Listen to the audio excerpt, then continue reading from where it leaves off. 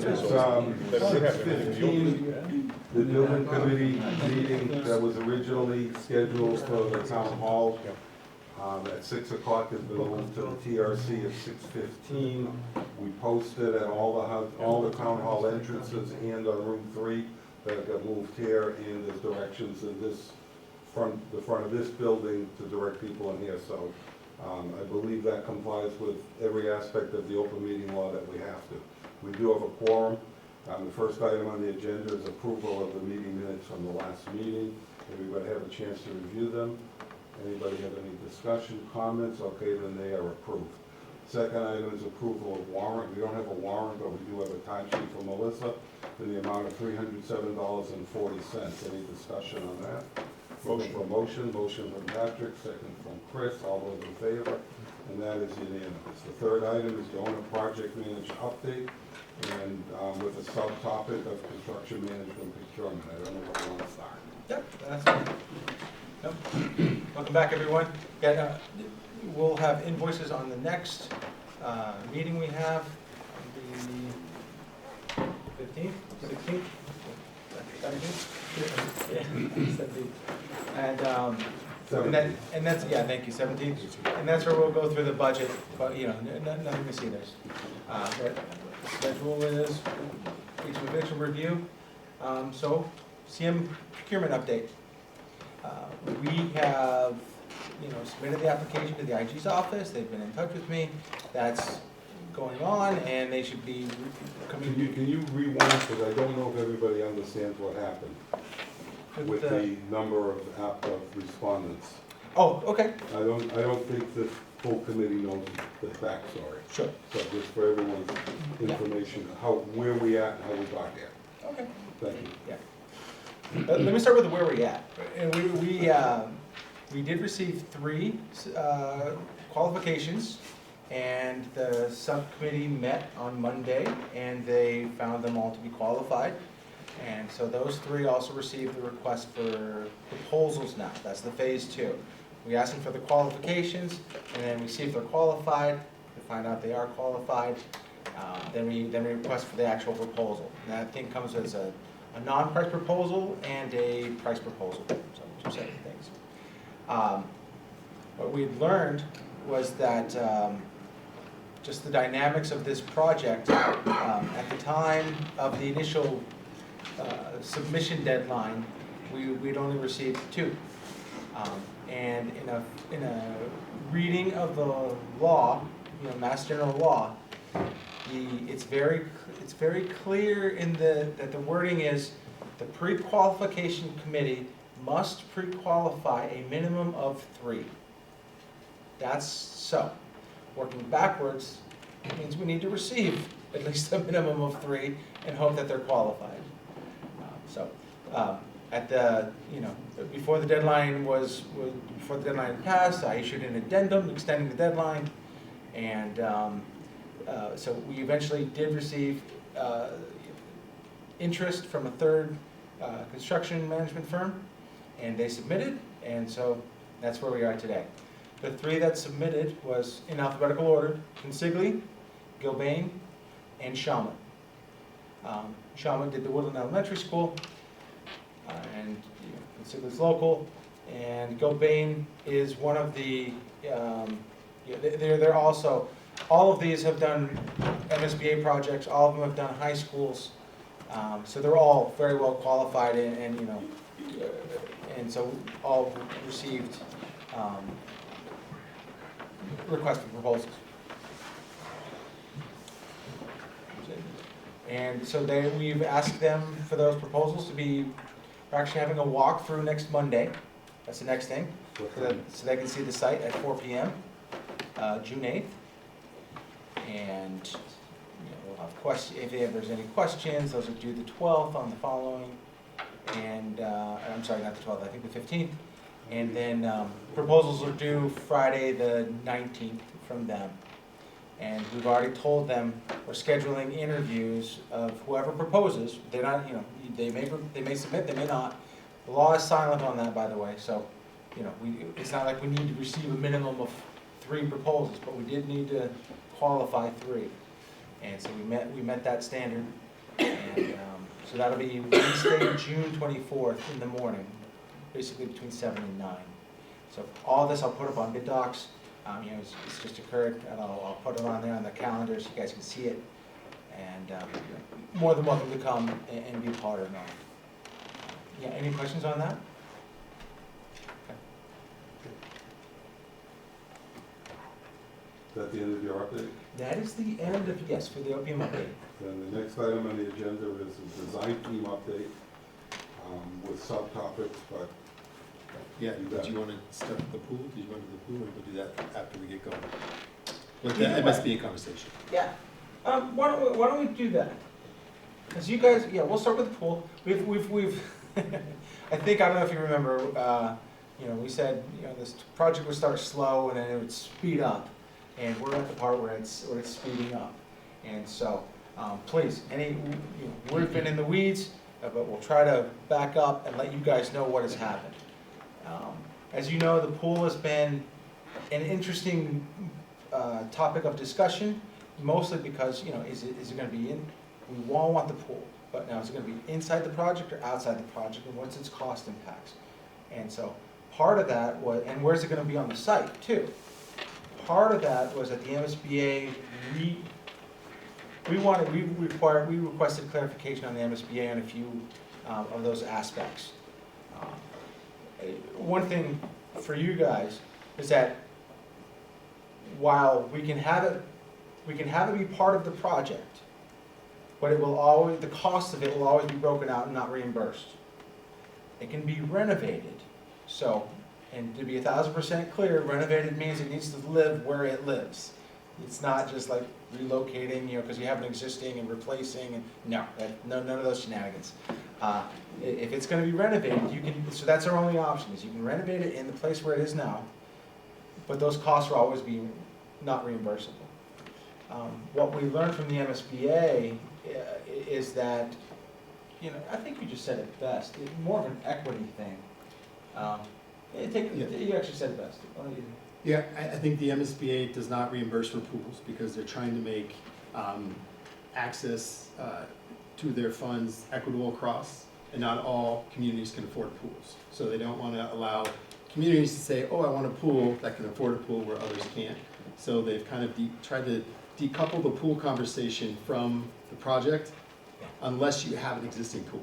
If you have an existing pool, they say, yep, you can have it, but it's 100% ineligible, and right off the top, it lowers your max grant amount by their calculation. It takes off architecture fees, takes off OPM fees, it takes off some soft costs.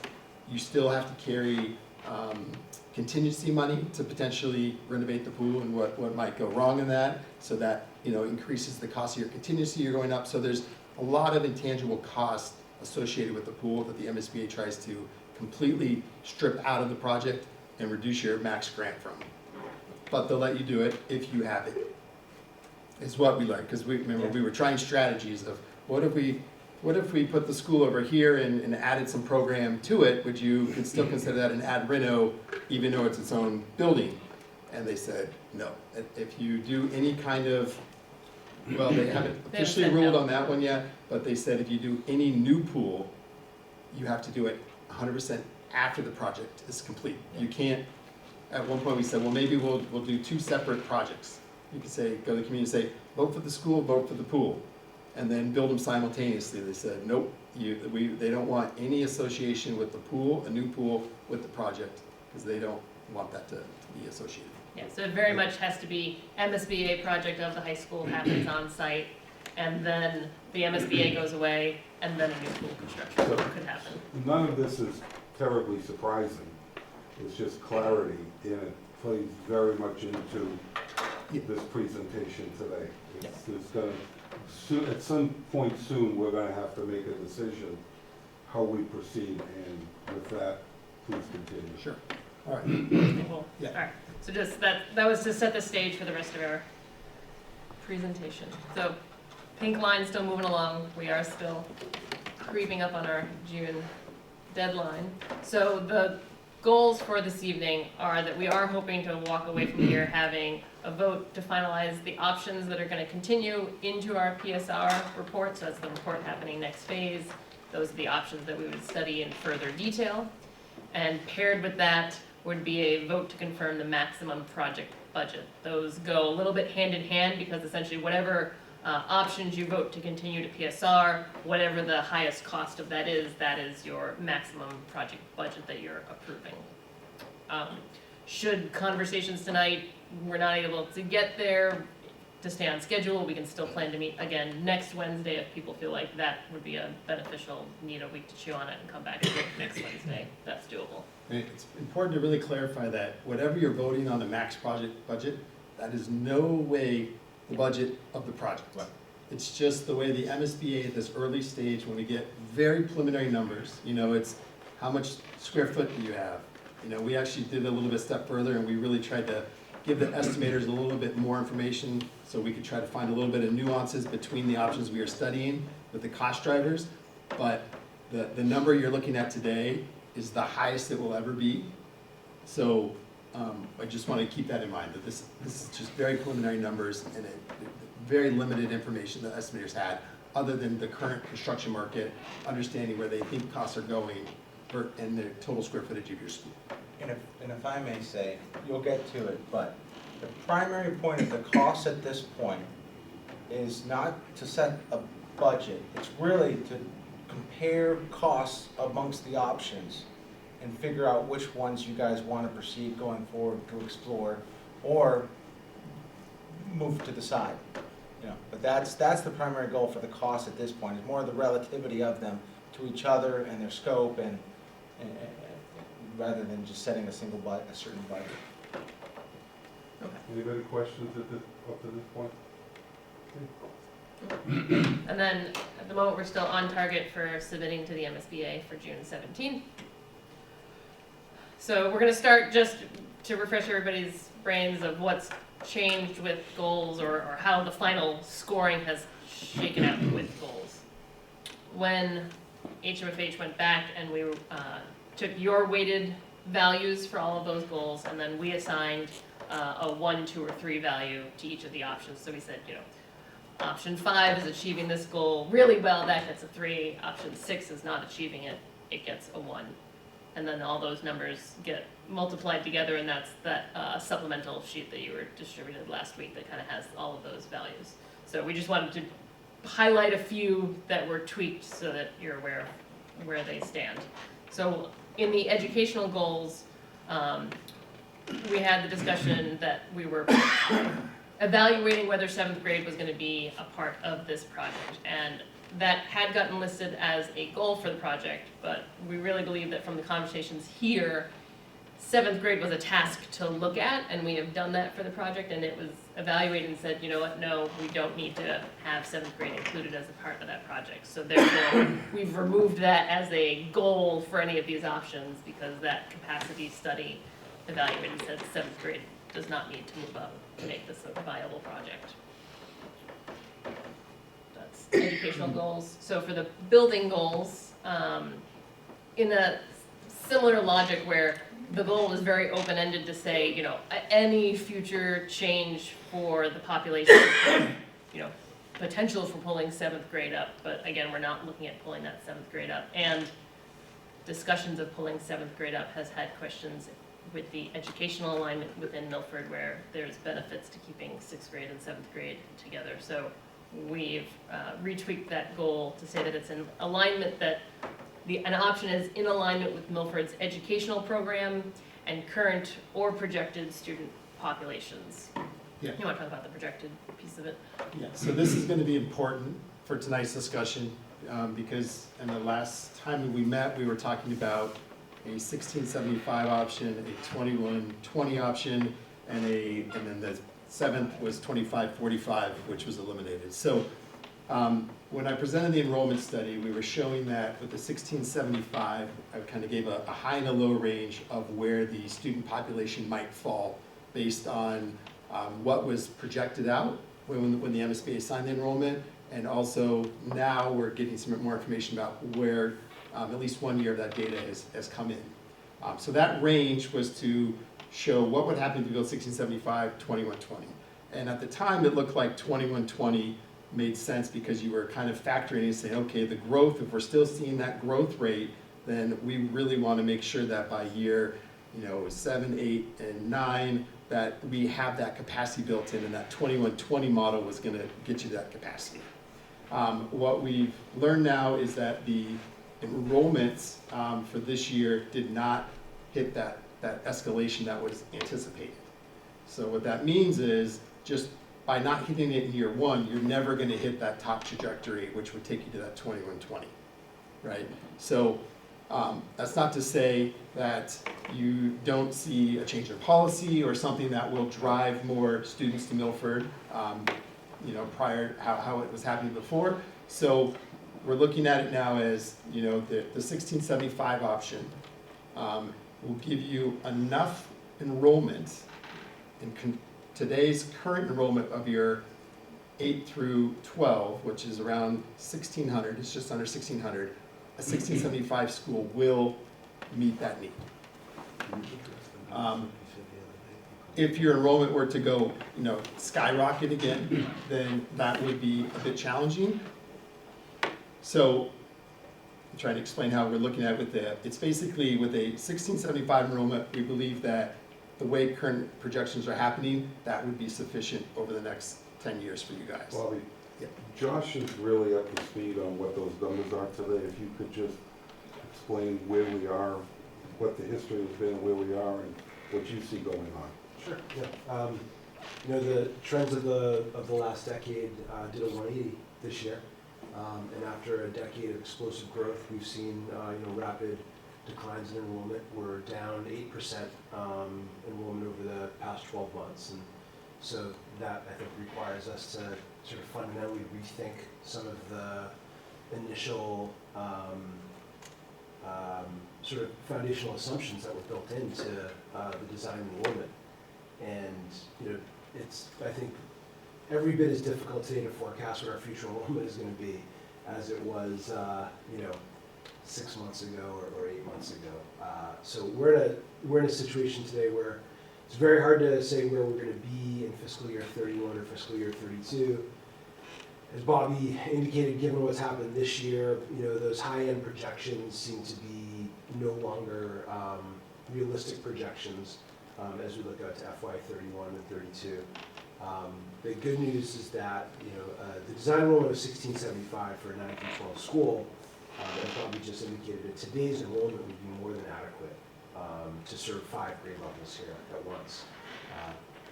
From my perspective, right now, design enrollment of 21-20, which was the design enrollment for 8 through 12 school, I can in good faith recommend that to the committee right now.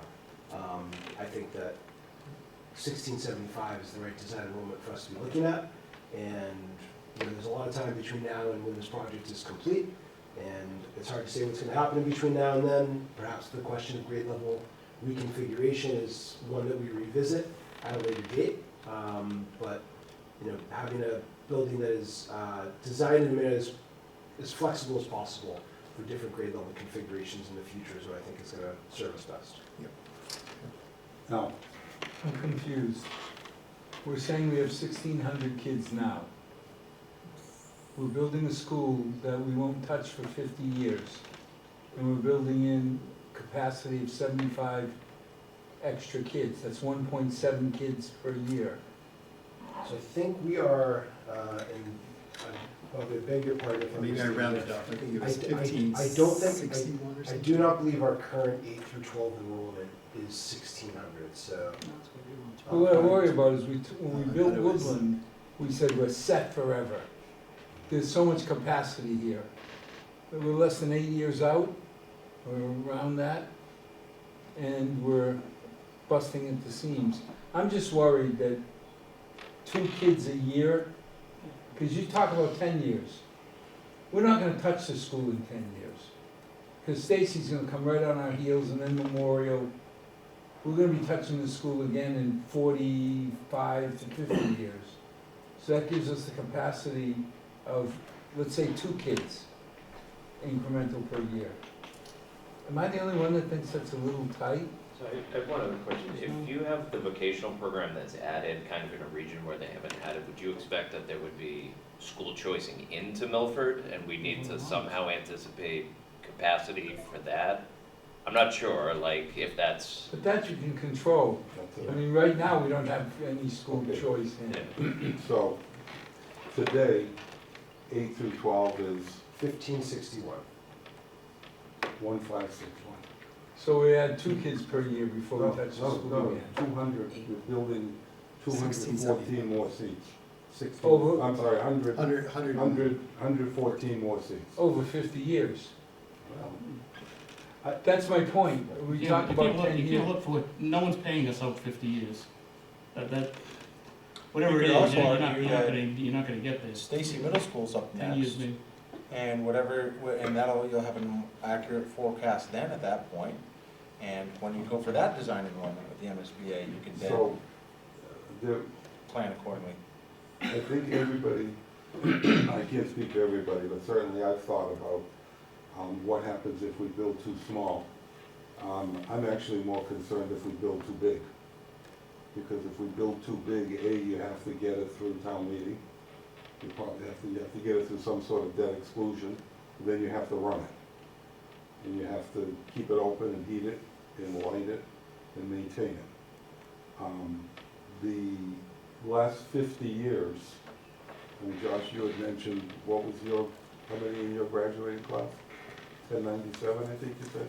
I don't remember the exact, I don't remember what the school numbers at the time, but I think if you go back, the Department of Elementary and Secondary Education publishes enrollment data going back to, I believe, 1994. And our 9 through 12 enrollment has never gone higher than it went in FY '23. I think FY '23 we peaked at 1340, approximately. We've historically averaged somewhere around 1100. Four grades.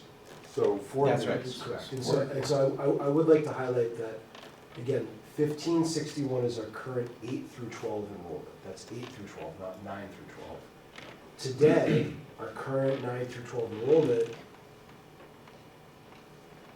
is 1,191. So we're just under 1,200 students today. I was gonna say, I in grades served, 9 through 12. I served in the school committee from '07 to '17, and the average was 1150 a year, 9 through 12. Mitch. Jonathan, if I can ask Josh, Sure, sure. because Josh has been great since I worked with him on like the numbers and the stats. So you talk about a 8% decrease in enrollment. Now, when we started this process, we knew we were the outlier. Was it like us in Marlboro or Lynn? Somebody else that was growing. There were like 2 or 3 communities statewide that were bucking the state trend and growing. Is there a single contributing factor you see to the surprise turnaround? Is it just the immigration enforcement issue? Or 100%. as I said, so to Al's point, what are we, if it goes back to where we were, let's say this period ends in 3 or 4 years, are we still going to go in with the plan that we're talking about moving forward, have that capacity? If we go back to being on a maybe less aggressive track of growth, but go back to being one of the communities, the 2 or 3 outliers in the state, are we still going to be comfortable with that? I mean, I think if today's status quo holds for another 3 years, and this gets to Bobby's point, let's say that the status quo holds for 3 years, right? Which would mean that we continue to lose students Yeah. year on year, right? And then we start gaining students. Right? Where we're gonna be 7 years out from now is far, far short of where we projected we would have been when we did design work. So we just took the curve and kind of lowered it. I think that's fair to say. Yeah, like our design enrollment forecast, I could pull up the actual numbers, so bear with me, I'm gonna approximate here. Our design enrollment forecast estimated that this year, our enrollment would be over 1,300 students. We're under 1,200 students today. So the fundamentals have shifted in a profound way. And our design enrollment numbers mean something very different today than they did when we proposed them to MSBA, when MSBA embraced the methodology that we proposed. At that point in time, they agreed that this was a sensible forecast for enrollment. No one predicted things would go the way they went. Chris. Thank you. Josh, with what you have in front of you from DESI, I guess to me, it's the elementary school enrollment projections that are gonna drive in 10 years. So, yeah, we're seeing the drop off due to immigration enforcement at the high school level right now. Are we seeing that same level from our grade, our kindergarten through, say, third grade? Are we seeing that same level of drop off, the 8%?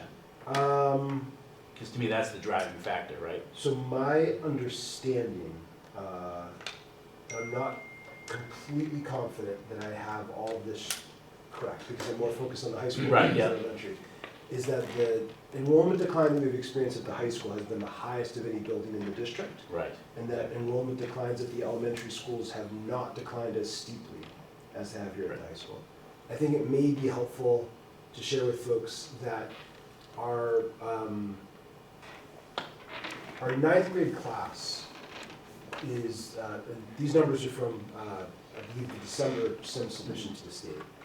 Our ninth grade class is 325. Kindergarten is 313. First grade is 324. Second grade is 319. Third grade is 329. Fourth grade is the biggest in the district right now at 343. Fifth grade at 338. Sixth grade at 318. Seventh grade at 298. That's the only grade that's below 300. So there's only, I believe, there's a very small variation in the cohort sizes right now at the different grade levels. Again, grades 4 and 5, there is a significant difference, but most of the other grades are within sort of a 10-student, variance of one another. So in terms of looking back and saying, hey, if the enrollment just remains stable, if everyone who's here stays here, right?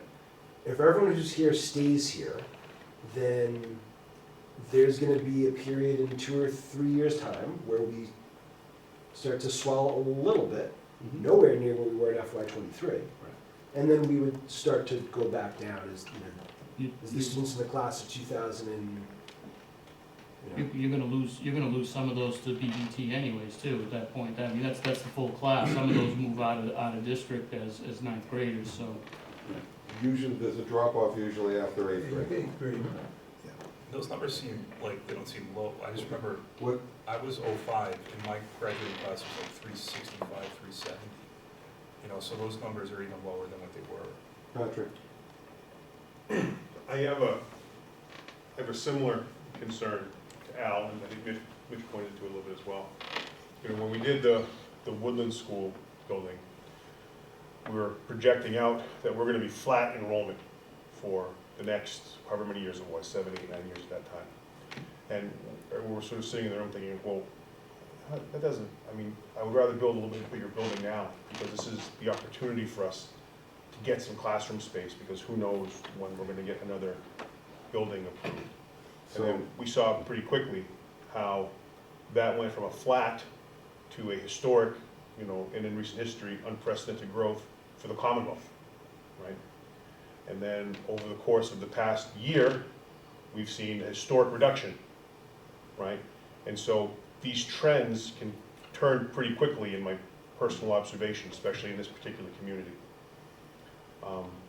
I am concerned if we have an opportunity, and I don't want to build a monstrosity that is unreasonable to clean and heat and light.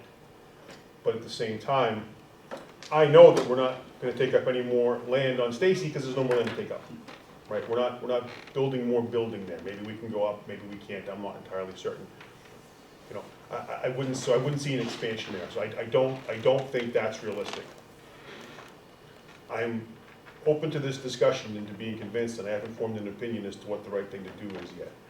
But I think it's important that we consider that what we all knew to be true when we started to build the Woodland project, right, turned out not to be true 5 years later, right? And what we all know to be true now may not be true 5 years from now.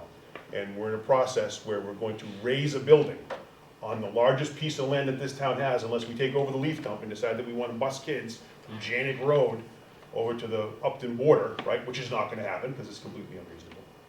And I think that we should tread carefully if we decide that we're not gonna try and assign a little more space.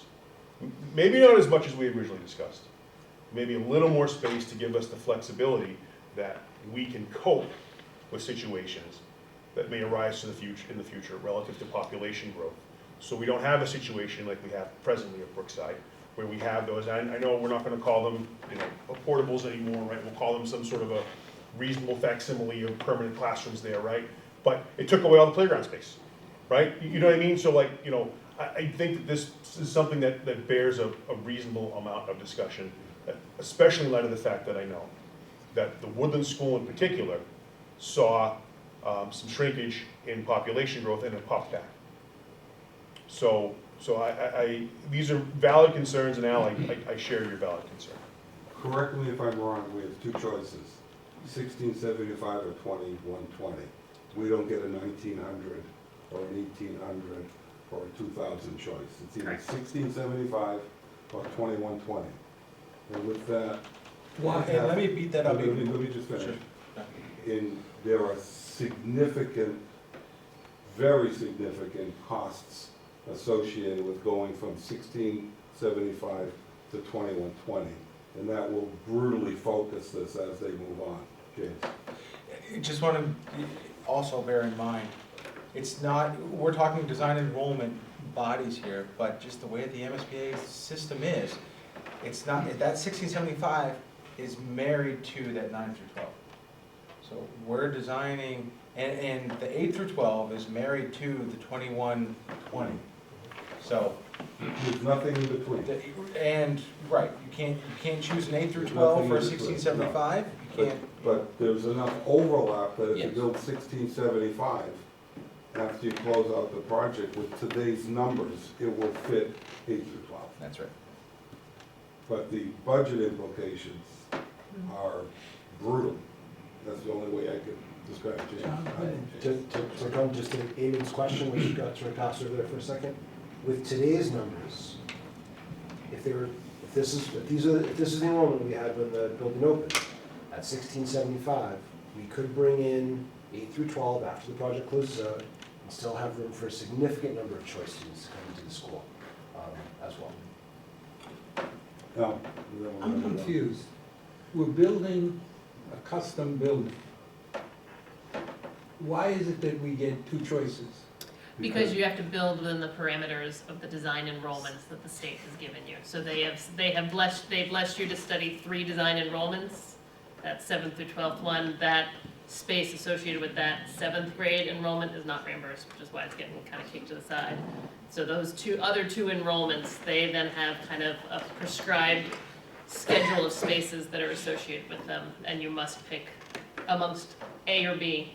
But what drives it to 2100? What drives that extra space? We can't, So there are things you can do, right? So we are locked into those 2 enrollments, and we're locked into those. You can talk to the MSBA and say, hey, we want to start over and restudy different enrollments. So you could go back to the beginning of the line and say, we want to submit new enrollment numbers. But I think what we're saying is because of that variance, right? Right now the MSBA, you are kind of blessed by being locked into that higher grade at a 9 through 12 because that variable could very well happen where you start seeing some more rapid growth. So we can, there are certain spaces within the school. The MSBA says these are the max you can build in these spaces. So you can always build a little bit less, I guess you could say, potentially, and bring your square foot down. But you would have to kind of justify why you're building less in it to the MSBA. So I'm not answering your question probably in the best way. No, it still feels like hamburger, hamburger, hamburger. What would you like to eat? Yeah, I guess if you think about going back to Woodland, and the MSBA gave you 1 enrollment. They just said, here's what the flat line says, here's what it's going to be. And if you open that school and if you knew that your population was growing during that, the MSBA was not going to adjust your population up, right? They would say, put an addition on yourself after the fact. Like, that's just the way In, the in, MSBA and works. if you knew this population was dropping, they weren't gonna let you build a smaller one. Correct, unless you go back to the beginning of the law. And the number was 1198, I remember Yeah. like Yeah, yesterday. So- nine. So, Just, yeah, if I just, I'm sorry, just to address Al's question. So Al, essentially what it comes down to is that we can build a 9 through 12 school, right, that's already been approved by the MSBA, and we can put 8th grade in it. After it's closed. So there's two concepts right now. One is an 8 through 12, that's 2,100. One is a 9 through 12, which is the 1675. And based upon Josh's numbers, we can put 8th grade in the 1675. And that's why we're locked into these two, right now, frankly, in my opinion, unpalatable choices. What'd you say? Unpalatable choices. Wow. We should put the difference. It's, but we're dealing with the state, and so we're at where we're at. To do that, we go back to the front of the line, the back of the line. No, we can't do that. You It's- can't do it. We can't do that. So there's where we're at. So, with that, did you have a I question? guess you might get to it, looking at the 9 through 12 versus the 8 through 12, the square footage gotta go through it. difference, Yeah. and then the cost difference. Yep. Yes. So, Absolutely. and that's where this becomes very focused. yeah, so, yeah, and I was gonna say the other, so the next goal. We'll just bear with us, let us drag you through the goals for like 2 more slides, and then I promise we have good stats and figures for all of them. On the community goals, the other tweaks we made is that we got there and said, hey, there's no goals here that address cost at all. So a goal was added that states to maximize the project reimbursements and incentives as a goal for this project, and that was given a weighted value of 5. And also added a goal to minimize the impact of potential tax burden on residential properties. And we weighted that as a 10, because we believe that's a valiant goal of this project as well. Just to clarify, the 5 on the maximize, you're saying, why wouldn't you want to maximize reimbursement?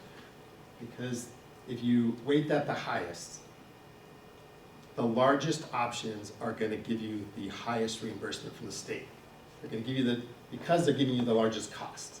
So we're kind of playing the two off each other, where we're saying that we wanna be cognizant of what the taxpayers are paying, but we're also wanna really tackle those ineligible costs and try to maximize that reimbursement, if that makes sense. And at the very end, I'm gonna talk about how we're planning to do that going forward, because I think we're gonna talk about the numbers, you're gonna see that even though you're gonna vote for probably a high budget tonight, we really have a lot of work to do to get back to where we think the project is palatable for the town of Milford cost-wise. Okay. I would change that bottom one where it says residential to just be tax burdens. Tax burden, yeah, Okay. it's commercial and residential, you're right. Yep, we'll do that. So where is that leaving us? So this is how the scoring shook out for all of the options, and looking at the overlay here, we're deeming things that were over 400 points were kind of deemed viable for consideration to move forward. That layers on well with the fact that the capacity study meeting deemed that 7th to 12th enrollment was really not viable for this project because we weren't seeing that need for the 7th grade. And also layering on that when we went over our options A through G at that first May meeting, there was good discussions deciding that having a project on that field was not really the right siting for the project when you're factoring in parking and all the other adjacencies that are happening there. And you'll see on the following slide, the cost exercise has proved out what we assumed, that a new building on the field is gonna be more costly than a new building that's on this portion of land where the high school is now. All right. Couple other factoids that we're touching upon if we're moving towards, what's moving into PSR. We do have to move one ad reno option into the PSR phase because the state makes you study that, so you have that cost analysis continuing forward. And as we were alluding to at the pools, option 4 and 10 is, viability of those depends on what the MSBA would say after they were submitted in PDP. The meeting kind of left it open-ended on there, and that they wanted to review it further, whether it was in or out. Base repair, we've talked a lot about here. Jonathan's made good points on, if, base repair is your baseline cost. This is what you would need to do to make this building last you another 50 years. So that cost comes completely on the town's shoulders because it's not satisfying any of the educational program needs for the project, and the MSBA states that they won't participate in a project that's not meeting the educational goals of the district. It's also important to note that that 376 is the floor right now, but it's based on assuming that you guys go forward with that project right now. So that 376 million are today's dollars. So if you guys said, nope, we're just not gonna do a project, and you waited 5 more years, and then suddenly something went wrong with the school, and all the triggers happened with the code, and then you started having to do all these upgrades and upgrades over all the 8-year phases, that number would probably be higher than what it is now, right? Does that make sense, everyone? It's just, we're So- giving you today's numbers to compare against what the other options are, not So, tomorrow. in a nutshell, assuming doing nothing is not an option, that's the flaw of a renovation. It trips every tripwire that you could imagine, energy code, building code, handicap accessibility code, every single tripwire is tripped by that sort of renovation.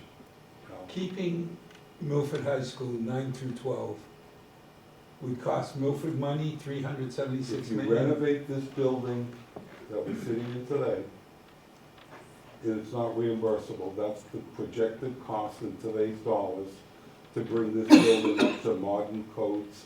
But again, there's no fire systems in this building. There's no sprinkler system. The structural upgrades, you'd have to, The structure, there's nothing here. It's a 50-year-old building, built according to a 50-year-old building code, and it and would, a 50-year-old energy code.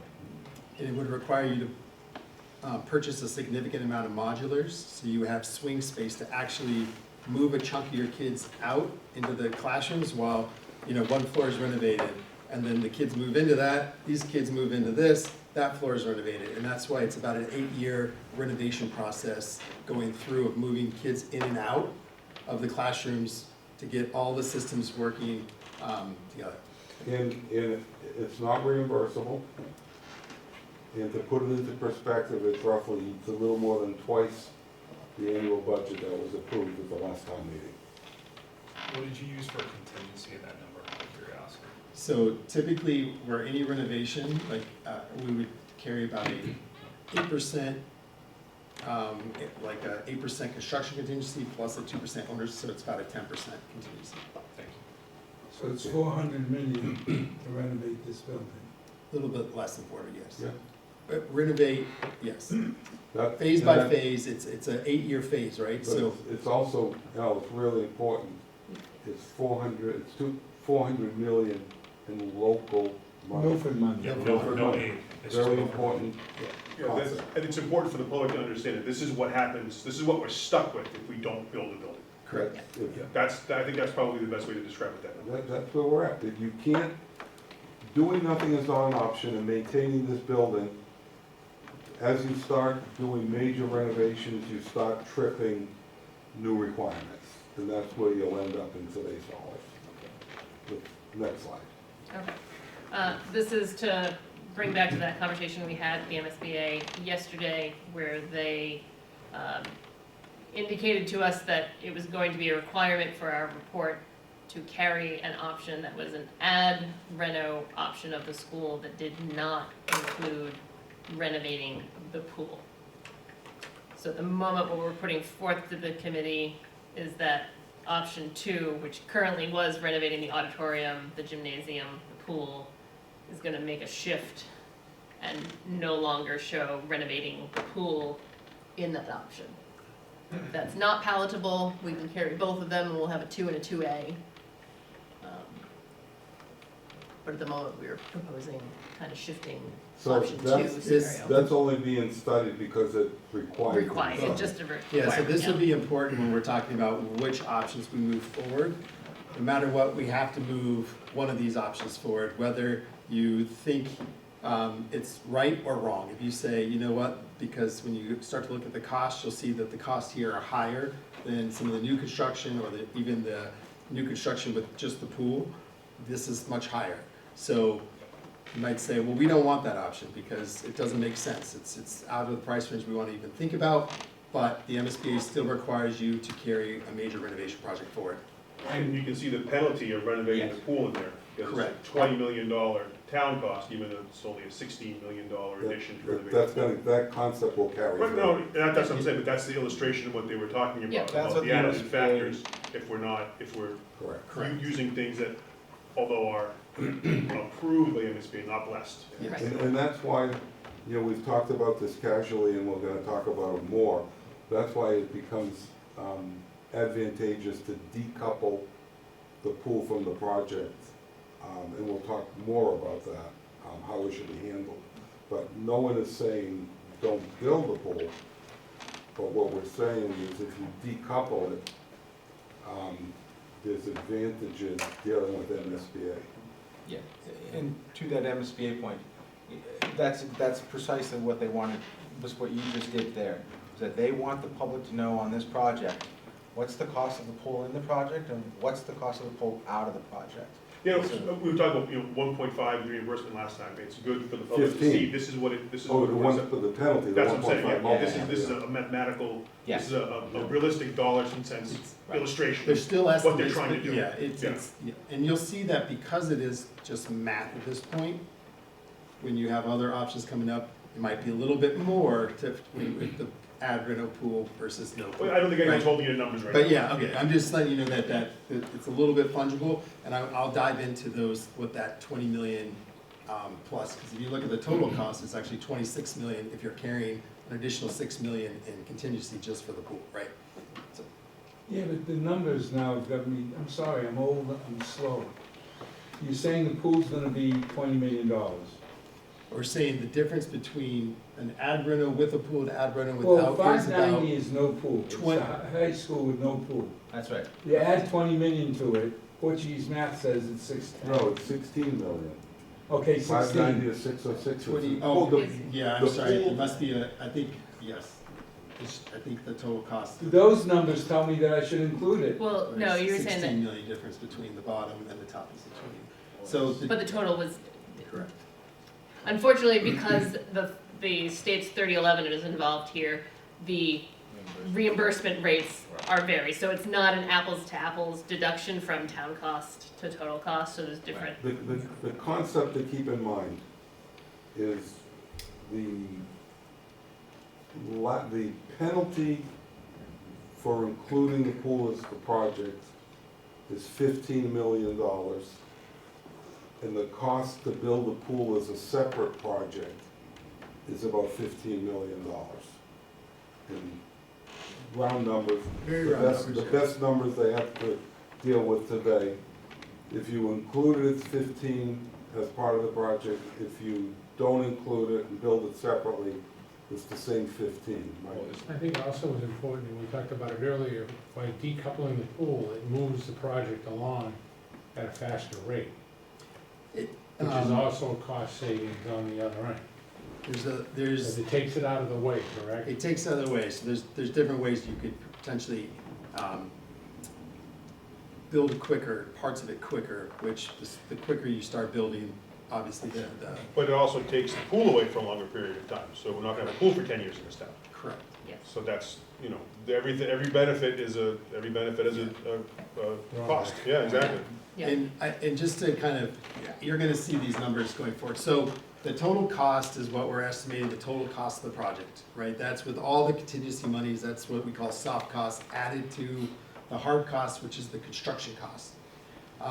But we're showing you the town cost right now, right? So this is what the town would pay. We're not saying this is what the cost of the school is. The cost of the school might be up to 590 million, but when you take out your estimated percentage that the MSBA is gonna reimburse you for, the remainder is what the town pays. So we're just trying to highlight the difference between each option and what the town cost is, and then that number change from base is how many $1 million less it is than the 375 that we just talked about. But what I'm not understanding is, all the mishmash and this and that, and the penalty and the shmenalty, you're saying if we build the high school without a pool, it's 590. in As the an ad rent. ad reno option. Whichever way you do it, No, you no, get a new school, No, that's $590. only one option out. That's one option, but Okay. yes, That's one $590. option. I guess I'm not understanding, where's the penalty come in? Because the total cost, you gotta factor in a new pool for 16 million. It's 606, it's the same number. Well, it would cost the town 20. Well, what the town pays then would be the question. But as far as the cost of building it, there's no penalty.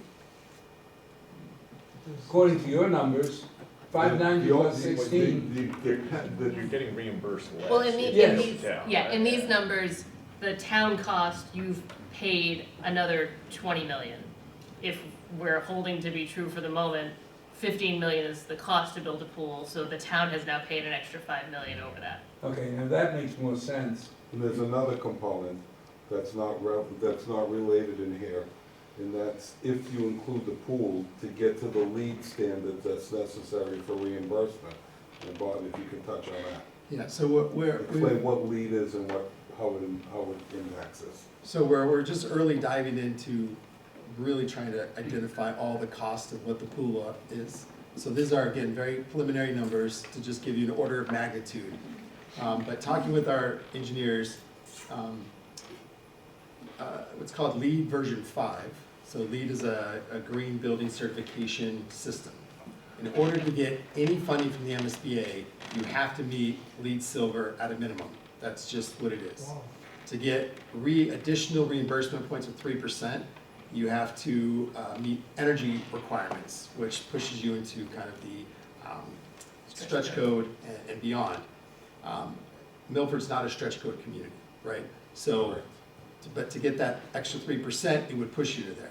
However, with LEED version 5 right now, the way that LEED version 5 has recalculated its energy points that the MSBA associate with, it's making it so you are almost being pushed into that stretch code without maybe the desire to go in there, just to get to the base certification level. And part of that is with the pool, because the pool, it complicates it, right? Because of how you want to heat the pool and the energy that the pool is going to consume. So essentially, we're being told that you wouldn't be able to use gas to heat your pool in order to meet the new LEED 5 energy code. You would have to use heat pumps and it'd be electric. But if you do it as a separate project, If you do it as a separate You can do it any project, way you it's want. no longer part of the MSBA requirement, it's no longer a LEED requirement. So you could potentially build it for cheaper, and that's where we're saying that there's a lot of costs that need to be figured out here. But we're starting to see there's other cost drivers we weren't even thinking of, that just early conversations with our engineers are saying, we just did a pool on another project, and it was really difficult when we were going through it to actually hit the energy code requirements. Rich, did you have something? Yeah, I guess my question, like, are we on like stretch code version like 6.0 at this point? Because like the way stretch codes work in the Commonwealth, right, is you pass these codes and then they try to the state tries to essentially beat you to death until you adhere to it. And then it becomes the new standard, then they move stretch code further. It's kind of like a creeping. Correct. So, I understand the cost is going to be higher. Are there any benefits to coupling the pool to this project? Because building it as a separate project down the road, it also introduces unknown variables. And my only concern is like a Pheno situation where it took way too long and came in the budget. That's it. My suggestion, and in my thought, having been very close to the ground on this, is first of all, the pool is more of a community asset than a school department asset. It really is. It's more community-based than school That's fair to department. say, yep. And the pool has a real strong likelihood of really complicating this project. Okay. If it gets decoupled, my suggestion, I mentioned it to Mike, was for either the select board or the town meeting to appoint an ad hoc committee to deal specifically with the pool issue, and to have HMFH keep that in mind, because the site would likely be somewhere on this site. So build a new school without the pool as part of the project, which is what MSBA wants. If the town wants to build a pool, It's a simple process to get town meeting approval to build a pool, and it can be built here. Additionally, I wish Craig had been here tonight, but he couldn't be. Craig has told me several times that the YMCA wants to come to Milford, and there's the possibility of partnering with them in a pool project. So, what I would, just me, I would prefer to immediately decouple the pool, I'm not saying no pool, but decouple it from the project and ask the select board to create an ad hoc committee to move it forward as a completely separate project, rather than complicating this pool project. Now, The only thing is, when you say it's a Milford asset or Milford need, the school owns nothing. It's Milford, the town. sure, So to me, it's the same thing. You can't say, well, the school, because we don't tax for the school. no, what I'm saying is that Josh has said before, Craig has said before, the pool does not help the school district academically. And neither does football stadium, neither No, does it does- softball. It really does, because those are, there's a difference, and the cost of those is different, and the participation level is different. The pool is a great asset, but it really complicates this project. I think we're in the weeds when we should be way up higher at this point in time. I mean, we need to go through and look at the costs are, and figure out where we are before we start worrying about 16 million for a pool or not a pool at this point. We can be here for the rest of the night and never make a decision on the pool, but we've got bigger fish to fry here, I think. Correct. And that, our point was we just wanted to kind of introduce the pool conversation as we get through, because you'll see with the numbers again and where they're coming in and potential impact on residential and commercial taxes is where we wanted to talk about. You want to go through this, or you want to go through it? Do we want to stay here, or do we want to hop to the bar chart, is the question maybe? Let's quickly, we'll quickly go through this, just so everyone can be. So there's basically three pages of stats here, one for each of the enrollments. So looking at the 1675 enrollments, you're seeing, so that the 3 ad reno projects here, and again, option 2 right now, because I wasn't changing the presentation since my meeting yesterday with the MSBA, that option 2 is including the pool. So the big takeaway is ad renos are more expensive than a new multi-phased project on this portion of the site where we're sitting this evening. A new single-phase project over on the field is slightly more expensive than the new multi-phased projects. Any questions on that? And obviously, again, the difference between 9 and 10, 11 and 12 are pool, no pool, right? So that same order of magnitude holds true as we go through, so now up to the 21-20 enrollments. Low end of the new multi-phased, we're at 283, up to the high end at the, again, that option 8, which is the renovating pool, auditorium, gym, that's coming at 327 for the town. And then going all the way up to a 25-45 enrollment, those costs for the town are coming in between the low end at 314, upper end being at 356. So that's the spread. So you can see there is, that kind of jump each time. I think what's the most interesting thing, in the next chart will clearly show this, but the base at 375 million is still more than building a 7 through 12, right? It's local money. Local money. Yeah. So And this, just, yep. if you can jump back. Yep. A 2120 versus a 1675, what's the delta? I'm just trying to do it equal. So I'm looking at probably, On the low, We're or, gonna do that. probably. 283 to 5 and 6 and, yeah, figure 255 to 283. There's the difference. Town. How much, roughly $30 to $50 million depending. roughly $20 million to go from 1675 to 2120. And that doesn't include the operation costs, of course, but just to put it into perspective. Can I Yep. go back quickly just to the previous slide? Yep. And again, you see the numbers 3, 4, 5, 6, 435 total points, 430. So that's all based on the weighted matrix and the goals we went over before. So those ones are all coming in pretty close to the same number.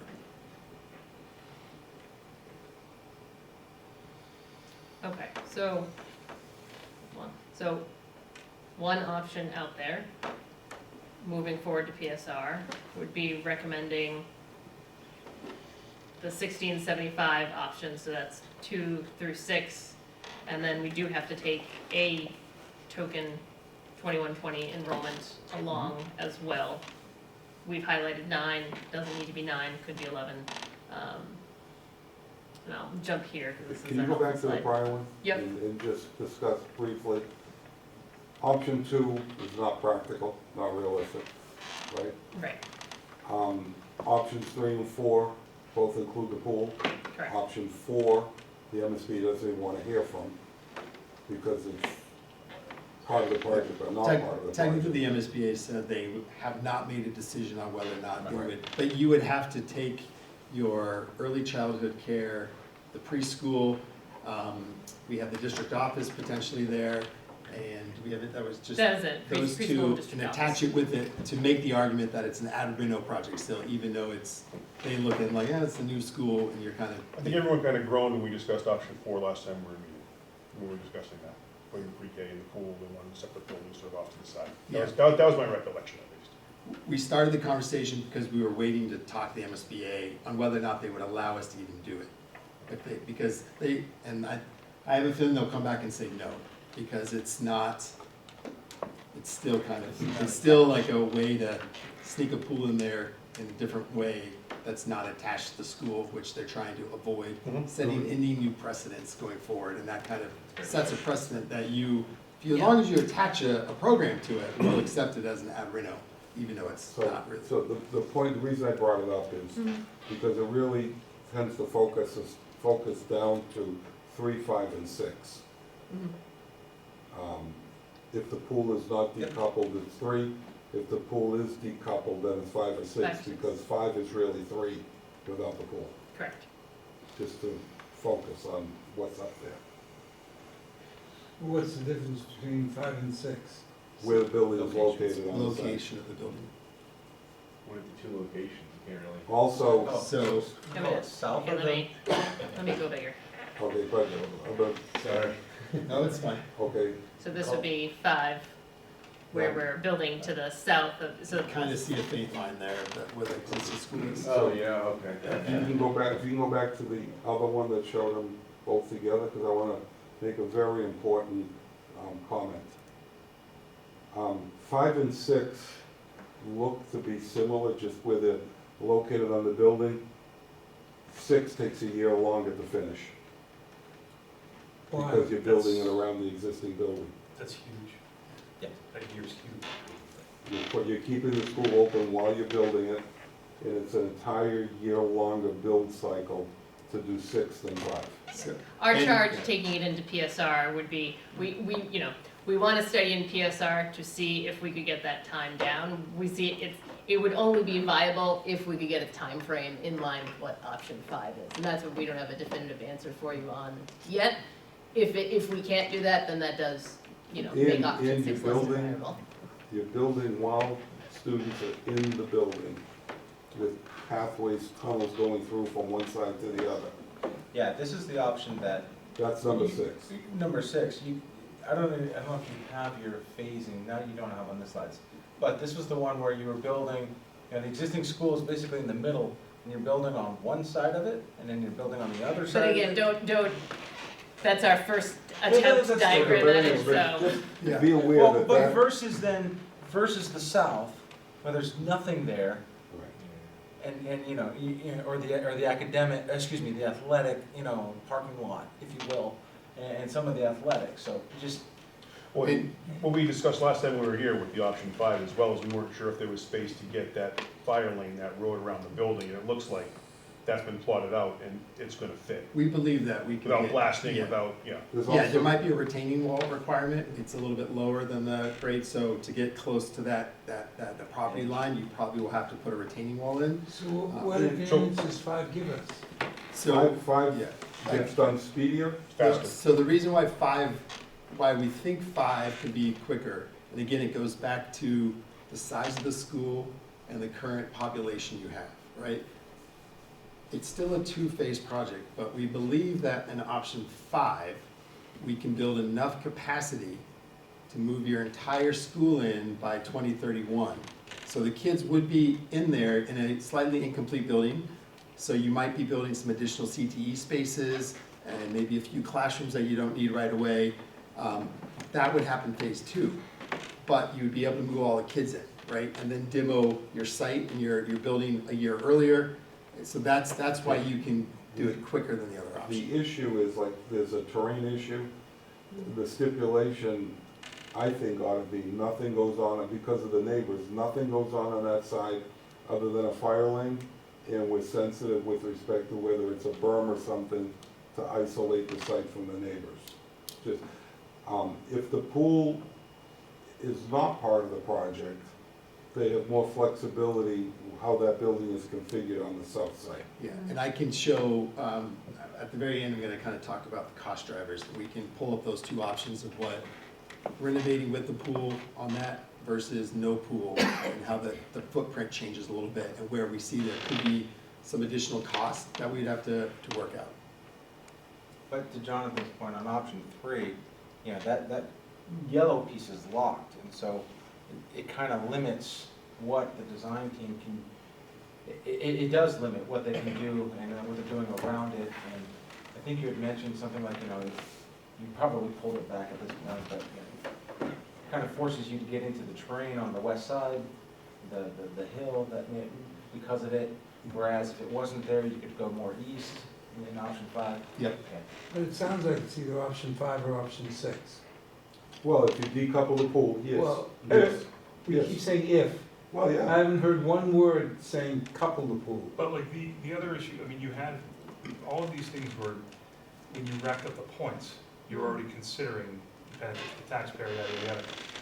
Option 3 is the highest scoring option, that's the one with the pool included, right? Yep. So we're talking about like potential ancillary issues that we're gonna deal with. But I mean, you already baked that into the cake with the point allocation. Correct. I think, Well, we do have a goal on the pool, and Yeah. that the, you know, Let's go on so pool, if the pool is there, those options are getting a few extra points. Yeah. It wasn't weighted super high, but it will inherently still I think it was, yeah. take up the, Because, yeah, if the pool is part of, I mean, we could, you know, you could say, I think in the truest nature of what you guys said is the pool should be part of the project in some way, whether at the time we thought maybe we could build it as a new, next to a new option as 2 separate, then if that were still the case and the MSBA didn't say no to that, then we would have provided more points to 5 and 6 because the pool would have been part of the project. But when the pool is not part of the project, it gets a 0. Right, so that's where you're. What's the cost of option 3 and the local cost of option 3 and the local cost of option 5? 3 is 287 and 5, 255.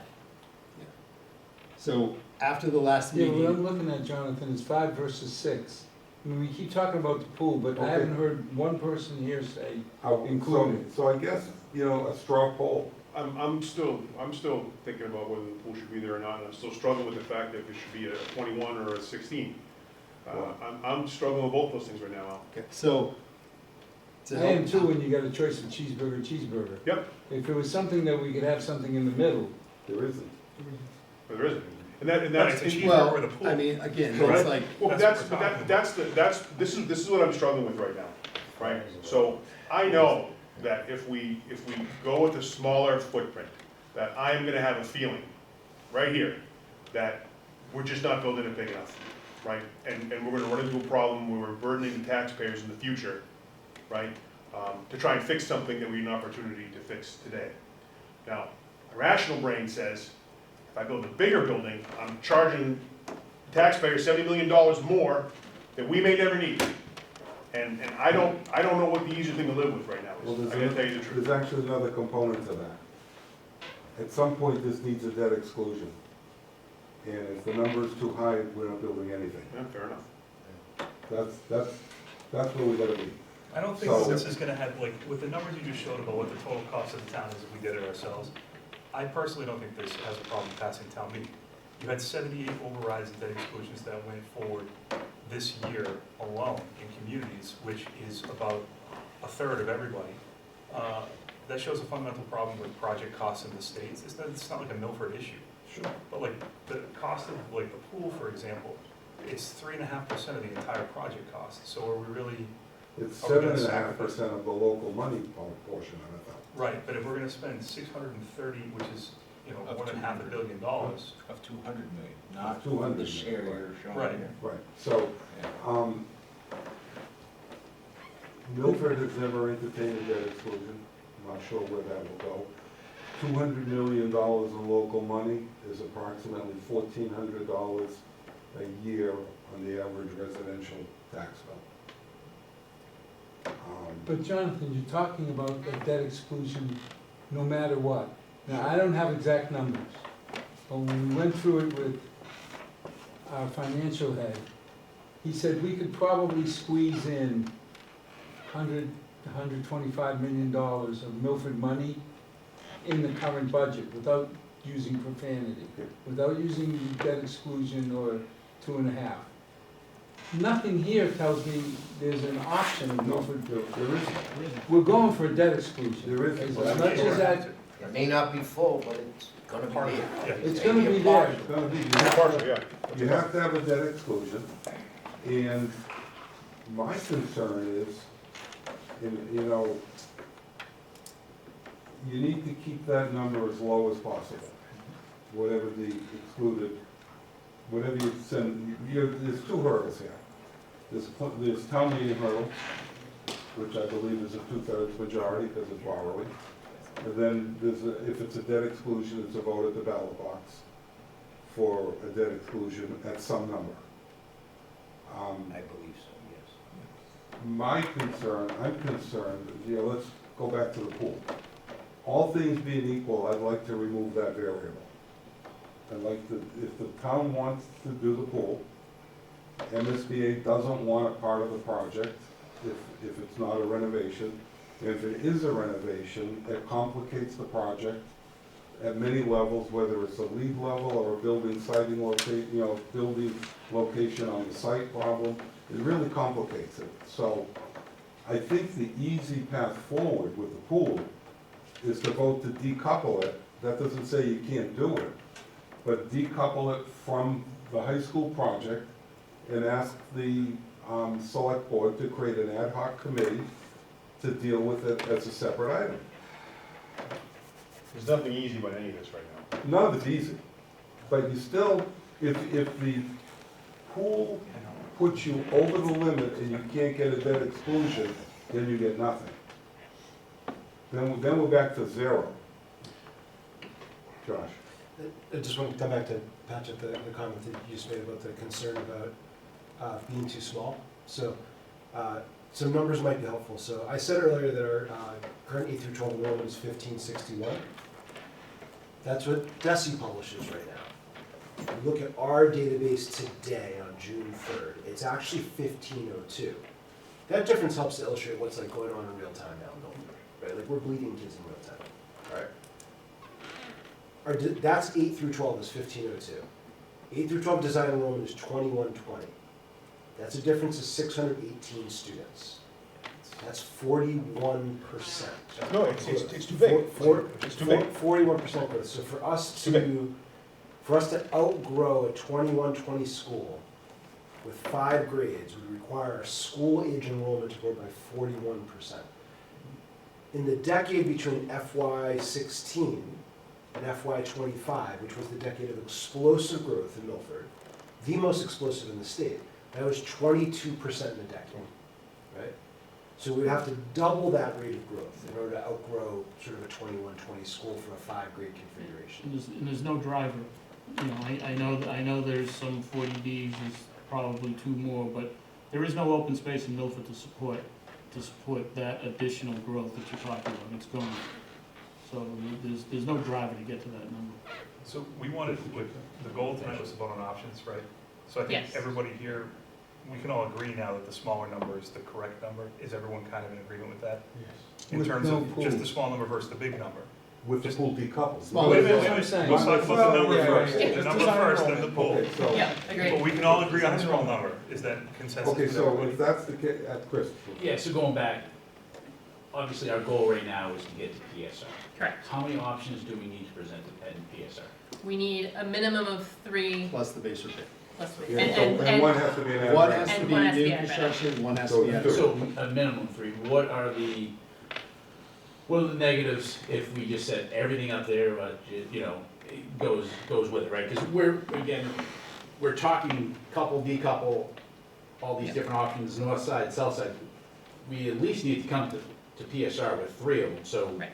I guess is the goal to weed it down to just 3, or are we good with presenting everything that we see here based on the point totals? Don't we have to, they want us to present one at the larger enrollment number, just for Right. like exercise sake, but we know we're Right. not gonna go with that, right? I So we're Correct. positioning that there because we have to. Correct. So you can Yeah. pick whatever of the 8. So I'm just trying to get, what's our goal right There's- now? There's really two components here. There's what we have to provide to MSBA and what we can provide to HMFH to focus on. Yeah, So because that helps them. that's kind of what I was getting at. So We if- know we're not gonna go with that.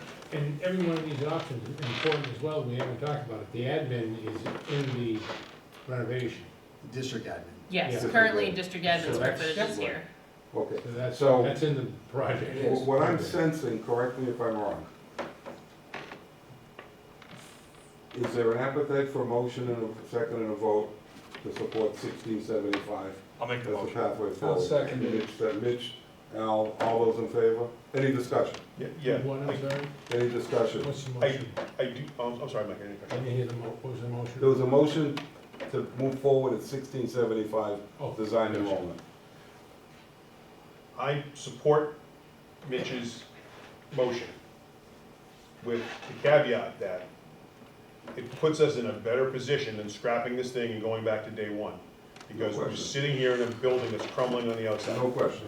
And I feel like my arm is being twisted, Yeah. and I don't like it, but given what we're faced with today, I support it. Anyone I else? think we all kind of agree with that sentiment. Yeah. Anyone else? Okay, then all those in favor signify by saying aye. Aye. So that is unanimous. We're going forward 1675. Do we want to do the same thing with the pool to I was gonna say, you decouple? want a motion to decouple the pool? From Al, second,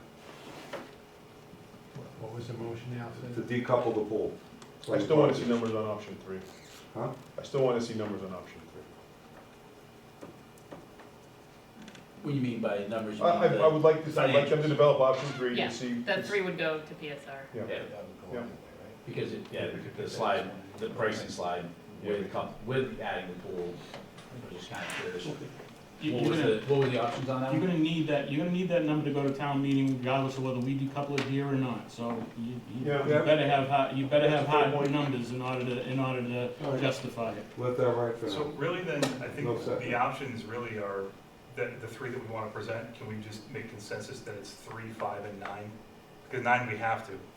So you need, No, you're gonna need Uh-huh. 3 3, and 5, 9 and through 12 at minimum, you could do 4. So if you wanna do 3, you could do 3, 5, 6, and 2, because you have to do 2. You have to do 2, Oh, and then that's So right, 'cause it's 2, yeah. 2, 3, So- 5, 6, 9. 2, 3, 5, 6, and 9 would be feasible. yes, yes. And that will give you. And that will give us the Your true information cost that we of need the pool. regardless, right? It'll give you the true There's no cost of the second. pool. Now, option 9 through 12, we would not, the ad Renault, we would not have the pool included in that So, one. very well.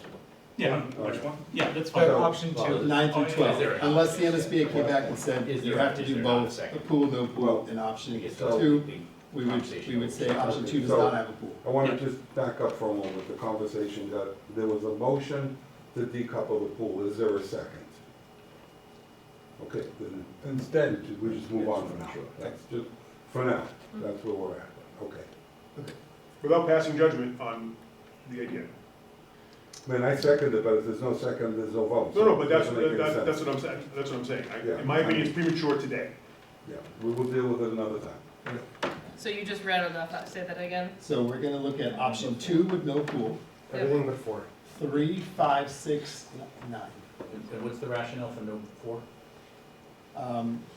Because Well, MSBA 4 is we could submit it, but the MSBA could still come back and say, we won't let you do it. So unless you think that you want to see what the cost of building a pool with the district office and the early childhood care, which means one of your CTE programs is also pulled away from your school, right?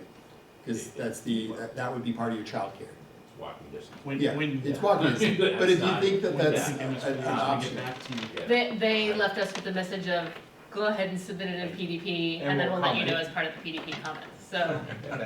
So go ahead and try. So, Should we submit it? Might be, then they said, Yeah. also, we're gonna be late Yeah. with your review comments because we have 2 other big projects coming in ahead of you That are that, jumping your that- spot. The only reason why I'm saying that is, we can decouple the pool, we can do whatever we want, but physically, how do we do that, and how much does it cost, and where does that bill go? As opposed to in option 4, we're saying, we'll incorporate that into early childhood and admin and make an entrance or whatever, and depending on where that number comes out, it may make some sense, and it would be good to know what that number is, 'cause you can't just decouple it, I mean, you're gonna have to find a way to close it off, or make it usable as a separate entrance, and what's that number? Correct, yeah. yeah, the only, say it one more time, because I think If we, you think saying there we might be a decouple it, benefit. physically, how do we do that, and what's it look like, and how do we go from there to something that's usable or not? And that's what I'm saying, if you did option 4, you would incorporate that whole concept into Yeah. what that would be, that's all I'm saying, and then we'd have a number for what that is What as that well. cost is, yeah. Now, if MSB did allow us to do that, you would still have to meet lead for both of those buildings, Yep. right? Yeah, So, and then you would also have two separate systems, so Yep. the economics probably don't work as well, but. Yep. happy Yeah, to- and I fully understand that, it may not work out as a number, but again, that's good information to have downstream when you go through those things, to have that type of number. So I'm just wondering whether we just leave, if we leave 4 in to at least get us to that point, and also to submit it to make sure that they say, nope, we wouldn't allow it, you can't do it, and it's also a way for us to If have we that. submit it, did you say it will sidetrack us? with It won't sidetrack us, we just have to, we'll just try to delay until they tell us that it's good. We don't wanna study it if the MSBA is gonna say no. So we'll submit it and say, but we will study all the other options and kind of. But we're not gonna be waiting for them to say no, though, right? Correct. Like, they're not gonna like bring this up and down the chain, it's not gonna kick us back in. Should not. no, it just means, when I start PSR and we start digging, we're gonna start in options 5 and 6, Got it. 3, and wait for them to tell us about option 4 before we start I drawing mean, out. look, option 4 is just so different, I mean, I'm not sure. If I understand Joe's point correctly, so Joe, tell me if I do. I think you're saying, like, listen, later on down the line, as we're evaluating the trade-offs of these different options, you can think about the trade-offs, and you can see it visually here very clearly. You can think about the trade-offs between 4 and 6 a lot more clearly if 4 is there to compare it to, right? Yeah, and at the end of the day, there's information that I think we need in 4, whether it actually goes to the state or not, maybe it doesn't have to, but I think there's useful information in going through 4. Well, another option of going through 4, would be if we don't have to demo the pool, Yes, then do we have a head start on renovating the pool with local money? yes. And you could build it with your district admin. And build Right, district that's what I'm admin, saying. which is also could be a separate project. All right, Oh, that's, So- yeah, that's really, it's gonna be thinking. So, You would just keep pre-K in the other school, yeah, which, I'm sorry. keeping pre-K in the other one makes probably And putting pre-K more sense, up there. because if you don't put pre-K in the other school, you're gonna have to find a swing space for pre-K while you build this. So basically, you just demo all around it, Yeah. leave it there and close out the project, and board it, close it down, board it out, whatever, then come back and do it Yep. as a separate project, later, if there's So- value to it. Yeah, And I think just one thing to point out is option 4 got those 5 bonus points because we said as a community, we were hoping to keep the pool. So I think that's, Option 4 keeps that pool, there But it's still- is other avenues to talk about it, but again, it's a high point, it got but- more points than 5 and 6. It because of the achieves the benefit of decoupling it without having to rebuild a new pool It after. decouples it, but it leaves it We on the save the ground. existing, Right. exactly. Yeah. Right. Yeah, I was thinking of it being, at the end of the day, being decoupled. You're keeping it coupled at this point as part of this, but at the end of the day, my thought process was probably, what's it gonna be decoupled and what would it look like? And that way we have the information. Right. Exactly. I just want to clarify one point. I think I took this away properly, but between options 5 and 6, you'd seemed confident that you could streamline in some way what was going on with the building timeline on 6, and maybe confidence is the wrong word, I don't want to attribute. Confident not being right. I'm confident that I don't know yet. Okay, so you are, is it fair to say, it's fair to say you're hopeful that. I'm hopeful. I think the only way 6 really gets more viability in a 5-6 comparison is if we can shorten that timeline. But even if we shorten the timeline, Yep. we're still building a part of the building and moving students. Correct. Building a part of the building Right. and moving students. So that never goes away, That even never if goes we away. can streamline the Yeah. time it takes. to Yeah, the build. hope is that in what we build as part of phase 1 gets to be bigger so that we can more impactfully do kind of I understand. an almost everybody move and then demolish a whole bunch and have a little bit more to build. To that point, in option 5 and option 6, the inconvenience stays no matter what you do in option 6. That inconvenience to the school will be there as you check, even if you cut down the time, and it's an unknown factor, no matter what you do, because you're trying to build around something, and that's always a challenge, that then, makes it more complication. Yep. John, Michael? just for clarity, to Joe's point, if I understand it right, we could determine to decouple the pool and leave it where it is, and that'll allow you to do what you need to do on the renovation, and then we could come back and do whatever we have to do In an option 4 in footprint an there. option 4, Yeah. but still decouple the pool, Yeah. using that term, and allowing you what you need to move along with the high school project the way you want to. Yeah, I mean, we would have to, again, confirm the MSBA would allow this, just because part of what they were telling us on the phone was they do not want a pool project to impact the school project. So if you leave that pool sitting there, they might say, that's impacting how you're building around it, that's impacting where you're doing parking, that's impacting all these things that you're now planning for a pool because it's gonna be there, therefore it's pseudo part of the project, and that's what they're trying to avoid. So there is we didn't ask them that question specifically, in hindsight we should have, but we could ask them that question But they as did, we submit. they did go as far to say, like, in a new scenario, they just don't, they wanna go la la la, and there can be a dashed out line that says future pool over there. Sure. So this might pass that litmus test of saying future pool over there. We're just saying we don't know, but we Well, could ask that question, How do we we could, prove that concept? Because 4 and 6 are the same, just with the pool included as a separate. Well, we don't, like, 4, we don't know if it's allowed yet, that's what, we would submit it. 4 is a renovated Shining Star, yeah, correct? 4 is considered an ad reno. Maybe. New Four- Shining Star Four- renovated But pool. 4 could be Shining Yes. Star up above, and down below is a pool and admin. Could be, That's a separate yes. project after. Well, Absolutely, yeah. yeah, so this is where it gets tricky again, it's, the reason we thought we were being somewhat clever with the MSBA is by attaching the preschool and the early childhood. Those are approved programs that are reimbursed by the MSBA. So that, coupled with the pool, means you are building approved programs with the pool. If we take the preschool away and just do the district office in the pool, they're likely, it's the same scenario as just leaving the shell of the, that's the scenario where we're just leaving the shell to see if they'll let us do it, right?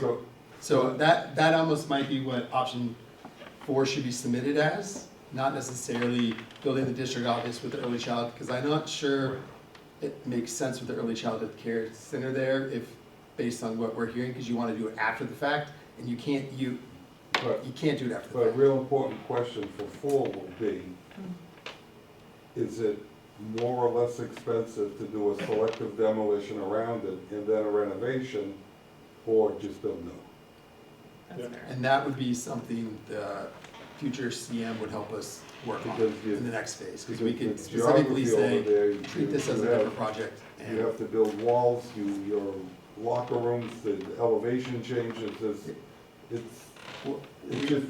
We also have to see what the structure is, like, we Right. have to see how the walls surrounding, how the walls holding up your stands. Right. You know, the engineer might say, hey, if you demo all the structure around, you're actually demoing, you're gonna have to get rid of the stands, and now you just have a pool, right? In the project advisory on the pool, they made a very clear point that Yeah. they want the siting of the school without a pool They did say that. to be on the site where it wants to best fit. Now, Right. and they don't want the tail wagging the dog. They don't want, we're sticking the school up here so we can have a pool down here. You know, now, I don't know how they exactly figure out that, you know, the south side is not or is the best siting. I don't know how they determine that, but they did say, we want the school to be best sited, pool blind, you know. Yeah, that's a tough road to hoe to say that the south side is definitely the, I mean, there are, you know, we may say that now, but there are issues, and, you know, the fact that you're near neighbors, that you're gonna be towering over those other, so for them to say that is a pretty decent leap. Okay, I think 5 and 6, just studying those two are gonna help us determine where's the better site for the school. Yeah. In the end, it's probably gonna come down to phasing. Yeah. And if we can make the phasing work in 5 better than 6, or 6 better than 5, that's gonna be the.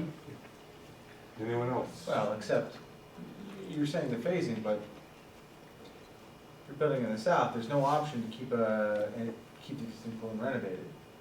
Keep it in the, if you do in the north, it's gonna cause potentially more phasing, but then you have the pool. What I'm saying is, the MSBA were saying, wants us to make the decision of deciding without the pool. Yeah, So if we determine 5 is a better place Okay. to site it, got it. then we say this is what's better. If we say 6 is a better place to site it, And then that answer. you ask, can you leave the pool Gotcha. in its place Okay, for clarification. future? Makes sense. Okay, moving on. Wait, so confirming option 4, what is option 4? Is option 4, is the early childhood back as part of the I guess it's, project? do you wanna run that through and see what happens, No, or no. we feel I confident it's think- not worth the I exercise? think you put early childhood back up in the school, and this is a separate project, if it exists, Okay. for pool and admin. Now, Well, if that's the scenario, then we don't really need to carry option 4, because MSBA would look at that as option 6. Okay, except for option 6 right now has the district admin Oh, in it. true. So this is where the little nuances are, and then, Well, we don't have to have it's not required that we have the district admin You in our don't. school building. Correct. So can we pick up maybe some classroom space or some other educational instruction? it becomes option Or 6 retreat with the school. permission to not have to demo it. you can't pick up anything else, but that would be where we would say, do we not have to demo it? Yeah. Yeah, Yep. because they exclude any square footage above what they allow, they exclude. Yep, that makes Right. sense. Yeah, so the only reason to keep 4 in the mix is if you said that pre-K, it's a shining star in the pool as a thing is something that we want to investigate. If that's not, which it sounds like it does not, then we don't need option 4. Oh, but we still need permission to not have to demo. Right. Which then for We MSBA asked is that just number 6. a question about So option that's 6. 6A. Site, right. And just to give you, you know, an example, without asking the question, but, you know, Durfee High School, they built on site a new school, but they have a beautiful auditorium that was part of the existing. They were allowed to keep it, leave it, you know, it was given over to the community for whatever use, so. So Take that for what it's fillable. worth. Yes. Actually, that's true. Somerville also annexed a piece off of Their their existing school with the intention to turn it over to the So the city hall. answer, so it really comes down to is 6 a better site than 5, is 6 a Correct. better option than For 5. the school. So you gotta make the phasing work. 6 is better for our neighbors, that's for darn sure. Better for everybody. Yeah. Except for the students. Well, it's gonna be Well, complicated, the might- students are, yeah. It's gonna be construction on the site. Well, yeah. Is it 25 feet or 200 feet? Yeah, fair enough. Okay, so we just And then- eliminated number 4. 4 is gone, and everyone's good with keeping 9. We could also take 11, and the only reason for doing that would be so right now, this max is based off of, because 9 is the most costly, if, I would just leave 9 myself. Yeah, Okay. And the pool. yeah, I'd rather So, have you spend do time you on guys- the do you guys others wanna than spend a waste it second it, 'cause on- we're on not this going down slide? that path anyways. We think this is a very informative slide, because you can see the base repair is the first one, it says 376 million, so that's your floor. So that dashed line that goes all the way across, that's what the town share is gonna be. So if you look to the next option where it says 299, the delta between the 376 and the 299 is how much of MSBA, additional MSBA reimbursement is being paid for that option. So you can start to see with the new construction 5 and 6, which we're gonna study, you're getting down to 255 million of residential and commercial, taxpayer, costs, town of Milford. Milford money. Milford money, Okay. just to be clear.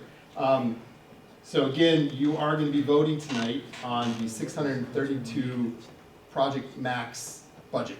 Like that is what you guys want to have. Because that's what MSBA needs. Yes, because that is the biggest option. Even though we have no intent to go that high, that's what they are gonna require a vote for.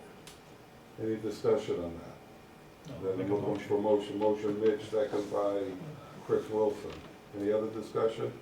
All those in favor? Aye. And that is unanimous. And So- again, it's just for submission purposes, we need to. Just submission purposes, we're gonna bring it down. Now, the next piece we wanted to talk about is, again, that potential tax impact, right? And our strategy is going forward to bring that down, but it's helpful for this group to kind of give us a sense, based on what Jonathan kind of reported, that, every $100 million is essentially $700 for the average household of taxes per year. So if you say, this project needs to get to a $200 million cap, like that is the number that we can, there's no way we can sell this project to the town that's over 200 million. That's important for us to know as we go into PSR, because we are gonna be attacking all of those ineligible costs that we are showing before. That's our next goal. And we have a few strategies to do that. One, the MSBA has not confirmed it, but they did say they are reassessing in October their reimbursement cap. So right now, it's with site, it's at $678, or $678 per square foot. Over the past 3 years, if you go on their chart, they've gone up on average between $30 to $50 a square foot every year. They've done it yearly for the past 3 years. They've done it yearly for the past 3 years. And they did indicate that October they'd be talking about it, and if they do one, it would be in January of this year, which means you guys would qualify for it, because until your project does the project scope and funding after submit it, and you get a project scope and funding agreement, any changes to their policies you can take advantage of, right? So right away, if that goes up, we'll just say $50 for the ease of it. That's 100% reduction in the town's cost of $50 times 418,000 square feet if you're looking at the new construction with no pool. So that's around $20.8 million, right? So right away, that 255 comes down to 20. Now, our goal is once we get the CM on board, and they'll help provide a little bit, probably a more detailed cost estimate PSR than we typically would, because we're trying to drive that down. We want to see, if we're coming in around $1,000 a square foot right now, can we drive that down another $50 a square foot and come in at 950? What can we do to make that 950 a square foot? What can we do to make it 900 square foot? That, right, again, would be another $20 million. So that's now you're at 40 million, so that 255 is getting closer to 200. So you can see how if we have the pool as part of the project, you have to go beyond even that, because you have that plus 15 to $20 million that's not reimbursed by the MSBA. There's other things we can look at, which is square footage, and I know you've already shown concern to say, hey, we want to make sure we're building enough square footage, and you think maybe a little bit more is right. I want to preface this that Josh has done an amazing job kind of with a forecasting spreadsheet, looking at the population growth, looking at the required needed spaces to teach, not how many classrooms, how many teaching spaces do you need in the school. So what we've found out was that We will have plenty of classrooms, you know, like we were saying, if we need to bring the 8th grade in, if populations hold relatively steady. We also have what we call small group rooms that are about 500 square feet each, right? A typical classroom is 850 square feet. A small group classroom is 500 square feet. Now, those are being created because the MSBA tells you in your spreadsheet, they say you can have a classroom between 825 square feet and 925 square feet. That's your range of a classroom size. Historically, HFH has always done 850. It's a number that can easily get 26 kids in a classroom if you need, which you guys are well below the 26 number. And it doesn't overbuild the classroom size. But what that does is it gave us extra square footage to build those small 500 square foot classrooms. So we have about, I think, 12 of them on this project. So that's building in additional capacity for some classes that might have smaller needs, right? Because maybe they're advanced classes that only 6 kids are taking. And Josh, they have a ton of them, you know. There might be electives that need a smaller class size. So those are built into here, and those are kind of what as we're going through the ed plan, Josh is showing how he's going to use those spaces so that they're part of the school. Milford's a full inclusion, so our special education spaces, we build out based on Milford's needs and population. So we are building better vocational classrooms. We're building for special needs in the pre-vocational and vocational programs. We have the 18 to 22 program. We also have small group rooms for pull-out instruction, which are about 250 square feet each, which are another like 16 classrooms that will be spread out throughout the school. So you're starting to see that you're starting to get these additional flexible spaces that will allow you to teach in different ways than you might not teach today, that will help to account for any of those fluctuation in population. In addition to that, you now have 10 Chapter 74 programs. I said 13 because a couple of them are double-sized because they're going to allow 2 classes at the same time. When you have those, so that's 13 that will, I think the population of the school is, they're built for up to 800 students potentially that could fill those. And then we have elective classes. So the electives that were biotech, I'm drawing a blank on these, like computer, networking, culinary. Design, video, photography, etc. We have specific, like 9 more specific elective classrooms for that. So we did the total of all the classrooms, we ran the number, we said if you're utilizing this school at 85%, so 6 out of 8 periods every day, every classroom, how many spaces would you need? And we are showing that there is enough in there that you can run your school and still have some flexible spaces within it to account for those fluctuation in growth. We also are looking at the library. The library, when you have a school of 1,670, is going to be like 11,000 square feet. Right? You have probably a 5,000 square foot library right now, so you're going to double the size of the library. So one of the things with the MSBA is they let you carve out the library however you want. So we're looking to carve out what's called like a discourse lab, which is essentially this space right here, your teacher resource room in a sense, but it's going to be in a much nicer scenario where you're going to have a nicer space to hold meetings, to hold kids that can do debate club, they can stand here, there might be some tiered seating like we did in Arlington. So that's another space that can be taught in, right? The library will also have the ability to have at least 2 classrooms could go down and work out of the library if they needed to. In addition to that, we probably can pull a computer lab out of the library space and still have enough square footage. So you can see that creatively we can use these spaces to build in that flexibility that you might be worried about. And talking with Josh and Craig, in looking at their models, they both felt very comfortable with the amount of spaces we have. You know, the projected population based on a low and a higher enrollment, it feels like this school will still allow for that growth in those potential years. Just to add to Bobby's point, I think, Patrick, this gets the issue of potentially building too small, right? So the spaces that are being designed right now, as Bobby said, are designed to accommodate an enrollment of 1,675 And classrooms are being utilized at 85% of the time. Now, if you utilize some of your classrooms 100% of the time, right, you can accommodate more students than 1675, right?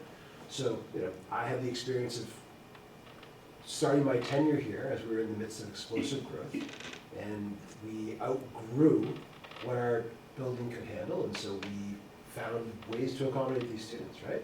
We used some classrooms more than we ever have historically. We created some spaces, we converted some spaces into classrooms that had not originally been classrooms, right? So even if we don't even start talking about retrofitting the building and erecting, walls or tearing walls down, just the utilization, the fact that the space is being designed to accommodate 1675 and 85% utilization, there's already room in there to comfortably absorb more students if you have to, because you can use some classrooms more than 85% of the time. You could theoretically use 100% of your classrooms 100% of the time, right? It wouldn't be ideal because some classrooms are going to be suitable for some courses and not others, right? Some courses can be taught in any classroom. Some courses can only be taught in a specialized type of classroom, right? So it's probably not realistic that you can utilize 100% of your classes 100% of the time. But you can certainly utilize some of your classrooms 100% of the time, and that builds in a lot of flexibility. Even if you had just 10%, you had 167 seats. Based upon what's happening with our enrollment and the vote that we've taken today, I have no choice but to be hopeful that what you're saying to me is correct. I also know that we built the Woodland School, and we talked about some non-traditional teaching spaces and libraries that fill the building, and they turn into storage, they accumulate junk, they don't get used the way that we say we're gonna use them, right? So I'm not in any way saying that this is wrong. I am more hopeful, despite the look on my face, I am more hopeful based upon what you just said than I was before you started speaking. And I know Josh has his finger on the pulse of this building, and so I'm hopeful. That's good to hear, and I'm going to look forward to looking into this. And I just wanted to clarify that because because of this, we've spent exhaustive amount of time that we don't do on other projects. And because Josh is Josh and he's able to create these spreadsheets that allow these forecasting models to work, we are able to basically schedule a building based on the spaces that At this MSBA at this point, which we typically don't do. Not heard of. So it gives us comfort when we came here today to say, the 2120 to 1675, that's still gonna meet your needs that you're looking for it to do. Now, I think you're asking a question that nobody in this room is qualified to answer. How much is the maximum that the Milford Town Meeting will do? I can tell you that I feel really confident that if we approached it like Woodland, where we didn't have to use profanity, no debt exclusion, no 2.5 override, that we could include it. That number is between $100 and $125 million Milford money. We're nowhere near it. We're gonna have to go, and this is just my opinion, I have no data, but we're gonna have to go for a debt exclusion. How big of a debt exclusion? I don't know who could sit here and say, if it's 200 million of Milford money Till you know the versus number, I 250. don't know that you can The do the But only even if you knew Well, it, yeah, I guess it was just more of, the only thing I can it. Town say, meetings are variable. the only thing that I could say is the less the better, the more likely you'll get. Can't argue with that. That's what I'm common getting sense. to is, I think That's the common best sense. chance we have is to pick the plan that makes the most sense for the town, for the kids, for everybody, Yeah. and then put together a proposal to town meeting. Well, before we go there, one of the next things we're gonna do, HMFH will tell us when we should have a public forum, where we are today and how we got here. It's really important. I mean, some people are watching on TV. My neighbor showed up tonight. You still there? Yeah, I did. Our neighbor showed up. But it's really important that the community have confidence that we're looking at this in every possible way, being super sensitive to taxpayers and gonna deliver an amazing product for the future of the town. We've got to defend it, because you're talking more than $500 million. Well, no, we're talking local money. It's important to distinguish. But still, local money's I only agree. 200 to 300 million. I've told them, HMFH, they gotta be under 200. we've had this discussion. James guaranteed it, so. I Huh? don't- They understand. No, and again, it's those ineligible project costs that we have to You have to tackle. squeeze them out. The hardest, what we've, what shocked us on this, because you saw the effective reimbursement rate at this really early stage was closer to 50%. And we were thinking 60, because that's what we've seen, but when the cost of construction is 1,000 and the cap is 675, 30% of your building's not reimbursable, right off the top. And then you take, a potential pool, a few district admin offices, a few other spaces, and now suddenly, you're seeing another 25 that's pulled off the top. So it adds up quickly and it gets you to that 50%. But our goal will be to attack those costs and to drive down the cost per square foot, because that's the number one way. And that's why the CM is on board early. Right. We're doing everything we possibly can do. They're gonna squeeze out everything that's ineligible if they can. We'll have the CM on board for additional guidance as to how we can get the construction costs down. That's all we can do. Yeah, I and mean, we have guardrails or guide rails, if you will, we have to live within from the MSBA. Yep. But we could still look at every possible way to A, be sensitive to taxpayers, and B, to deliver an amazing product for the future of Milford, and they're in no particular order, A and B. Yeah. They're the same. The last thing I'll say is we haven't even factored in potential tax rebates. I know you say we don't pay taxes, how do we do it? But there are opportunities to get tax rebates for some of the systems we're studying right now. So once we know what system it is, if it is a geothermal system, it does cost more, but what we saw on a recent project was that with the tax rebate that comes in, it's basically a year one, you're paying it off, right? So that, And your cost of operation is lower forever. and your cost of operation, and it's not supposed to be, it is one of the least, it takes the least amount of Maintenance efforts. and effort to, once it's up and running correctly. You do have to get it going correctly, but once you get it, that's the idea, is that it just kind of goes and it works. So, I just wanna, make no mistake, we can talk about, cutting here and cutting there. The biggest hit, I think it was option 4 was what I was looking at, is that construction cost cap. That is, so, we try to take out the pool, we've already says like 15 million, whatever. The construction cost cap of 678 with the site, as compared to, we're showing like $1,040 a square foot in these estimates. It was 125 million, right there, boop, right off the top. Where are the latest numbers you've seen? yeah, so just recently we had some estimates, again, estimates not construction costs, that came in below the $1,000 a square foot. So, but they're also a year ahead in the schedule, right? So, if things flatten out and the escalation doesn't go up, right there, that $100, again, $40 million right off the top. So, we'll keep working to drive it down, and at PSR, we'll have much better numbers to dissect. In my opinion, yeah, you guys have done your jobs. There's not much left ineligible here that, that's discretionary, that you guys have left in there. Now it's really up to the market or Keep cost or going through. whatever. Keep following the process. Anybody else? You're done, right? Thank you, guys, thank you. Yeah. Next item is school committee update. Oh, did you guys vote, you voted on the options, did you vote on the total project budget? Yes. Yes. Okay, sorry. We voted on, Now, I don't think they vote on now. No, we instructed on the we option. voted on 1675 and the maximum Budget. project maximum. cost. 632. 632. What are we carrying forward for Okay. options? 2 with no pool, 3, 5, 6, and 9. Do you need a vote on that? Yes. Put the slide back, please, so everyone can see it. Motion made, Alexa votes. So, they're asking for a vote for Motion MSBA, to vote the options as read. 2, 3, 5, 6, 8, 2, 3, 5, 6, and 9. 9. Yep. Any discussion? Need a motion? Mitch. Second. Second. Patrick. Anyone else?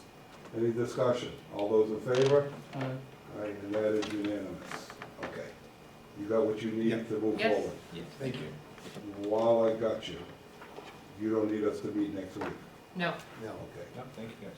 Okay, but we are meeting in 2 weeks. We'll That's meet in how we 2 weeks. schedule. 2 weeks now. We need to meet in Yeah. 2 weeks. And that is a very simple, we're gonna give you a draft of the report we're gonna submit to the MSBA The next ahead of the day. time, and it's gonna be, 600 pages. It's just gonna be a culmination of all these slides, all the stuff that make us write about, and all the stuff we've talked about. It'll just be in a report format, and you have to just vote to submit that to the MSBA. It's just a yes. Perfect. It'll be a test at the end. Is there a school committee update?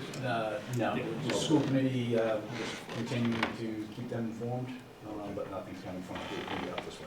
Is there any old business? Just quickly, wetland staking, where are we at with that? Oh, I did send a proposal, I Okay. believe, so I think we just have to, Yep, we'll Get get that it in front of you running, guys. get it approved, but I don't think that's an issue. Yeah. Do you need us for that, or you? you guys just have to. Just approve the the proposal. additional service We'll cost. put that out in 2 We'll weeks. have it in 2 weeks. Yeah, 2 weeks. You'll have the proposal. Yeah. Okay, awesome. Any new business? And then at 8:10, I'm looking for a motion to adjourn. Al, second. Mike, any discussion on that? All those in favor? All right, we are adjourned. Does anybody